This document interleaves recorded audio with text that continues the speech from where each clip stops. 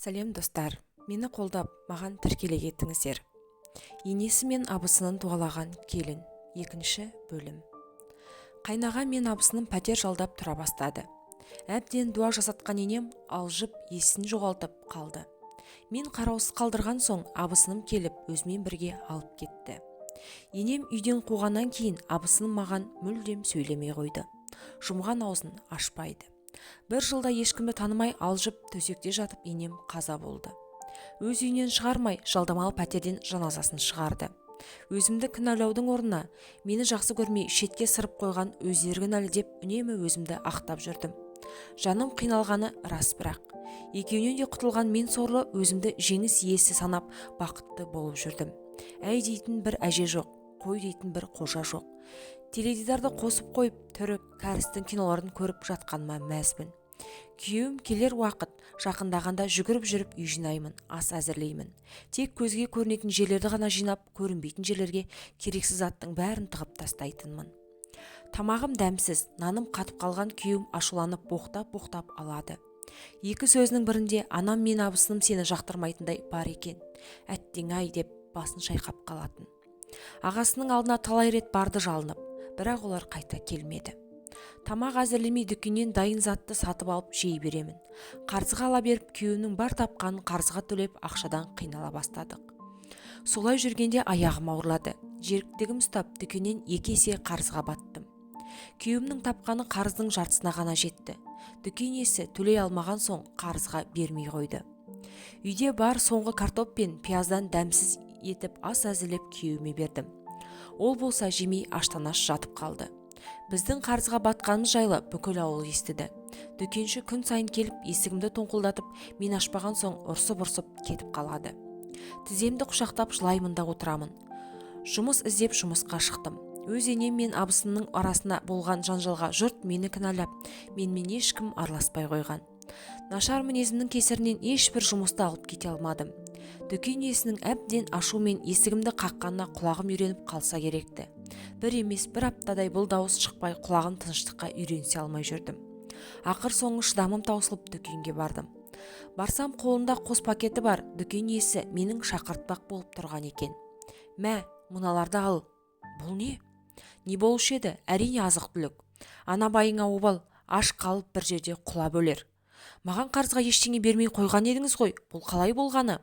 Енді қарызың жоқ, қарызыңды да, мына заттардың ақшасын да біреу төлеп қойды. Рас айтасыз ба? Ол кім екен? Оны қайтесің, үйіңе бар да тамағың істе. Күйеуің айлық алатын күнге дейін мыналарды үнемдеп жеткіз. Жарайды, көп рахмет. Жүгіре үйіме барып ас әзірлеп дастархан жайып күйеуімнің келгенін күтіп отырдым. Таңданып таңдансын жасыра алмады. Азық-түлікті қайдан алдың? Білмеймін, біреу қарызымызбен қоса азық-түліктің де ақшасын төлеп кетіпті. Біреу дейсің бе? Сен үшін олар жай ғана біреу болғаны ма? Бәсе, сол үшін де олар мен басың сый салмаған екен ғой. Жай ғана біреу ретінде емес, өз туған ағаң мен жеңгеңдей көргеніңде бәлкім қазір бұлай жүрмес пе едік. Олар өздері пәтер жалдап жүріп біздің 100 000 теңгемізді төлейді дейсің бе? Олар емес шығар. Олардан басқа менің туысым бар ма? Осыншалықты ақымақ әйелді маған жар етіп қосатындай қандай күнәм бар екен? Сені жоқтырған күнге қарғыс атсын, жемеймін. Қаласаң өзің жей бер, тамағынан өтсе кер. Бұл сөздер жаныма қатты батты. Бірақ тәубеме келтіре қойған жоқ. Ұялмай, арланбай қарнымды тойдырып алдым. Бірінші күні жемегенмен кейін жей бастады. Ол айлық алғанша азық-түлік жетіп, айлық алған күні тағы да келесі айға жететіндей етіп азық-түлік алып қойдым. Қалған ақшаны газ, жарыққа төлеп, ол жақтағы қарызымыздан да құтылдым. Жүктіліктің 6 айында қатты ауырып, балам түсіп қалардай болып жүрдім. Сол кезде не бары 7 жасар абысынның қызы, ерке қыз келіп үйімді сыпырып, шаңын сүртіп, ыдысымды жуып беріп кететін. Тағы да құрқол келмейді ғой. Абысын нан жауып, бауырсақ, самсасын пісіріп, айран, сүт, ет беріп жібереді. Сол кездері өздері жер алып үй тұрғызып жүрген. Сонда да қолдарынан келген аянған жоқ. Тұңғыш қызымды босанып перзентханада жатқанымда қасымдағы келіншектерге туыстары ыстық тамақ анау-мынау алып келіп жатқанын көріп ішім ашып, қызғаныштан өзегім өртенетін. Мені күйеуімнен басқа ешкім іздеп келмейді. Бір сәтте санитар апай тегімді атап, тола-тола 2 пакет тастап кетті. 2 литрлік банка, тола майлы қайнатпа сорпа, май, пәтір, сүт, айран тағы да басқасы бар. Одан бөлек өзі тоқыған қызыма шұлық, киім-кешек бәрін әкеліпті. Абысының келген бірден ұқтым. Үйге шықсақ үйдің іші тап-таза. Қызыма арнайы көрпеше тігіп, жайықтарын төсеп, адыраспан түтетіп, ыстық шай, тамақ дайындап өзі кетіп қалыпты. Сол кезде алтындай қымбат адамның бағасын білмей, қадіріне жете алмаған өзім жек көріп кеттім. Сол кезде абысымның айтқан ақылдары есіме түсіп, өзегім өкініштен өртене бастады. Емізіп отырған қызымның жүзі көз жасыма жуылды. Солай бір-бірімізді көрмесек те, бір-бірімізге жақсылық жасап жүрдік. Бірақ жүзіне тіке қарап кешірім сұрауға бата алмай жүрдім. Шыны керек, кешірмеймін, сені көргім келмейді деп айтады ма деп әбден қорықтым. Солай қаншама жыл алыстан сыйласып жүрдік. Оның балалары мен біздің балалар бір-біріне өте бауырмал болды. Бір-бірлерін үнемі іздеп жүреді. Шынымды айтайын, менің балаларымды абысыным мен қайнағам тәрбиелеген қалап олардың үйіне көп жіберетінмін. Өйткені менің тәрбиемді алған қызым ертеңгі күні мен секілді обық жеп қалама деп қорықтым. Ана болып қызыма ақыл айтқан адам емеспін.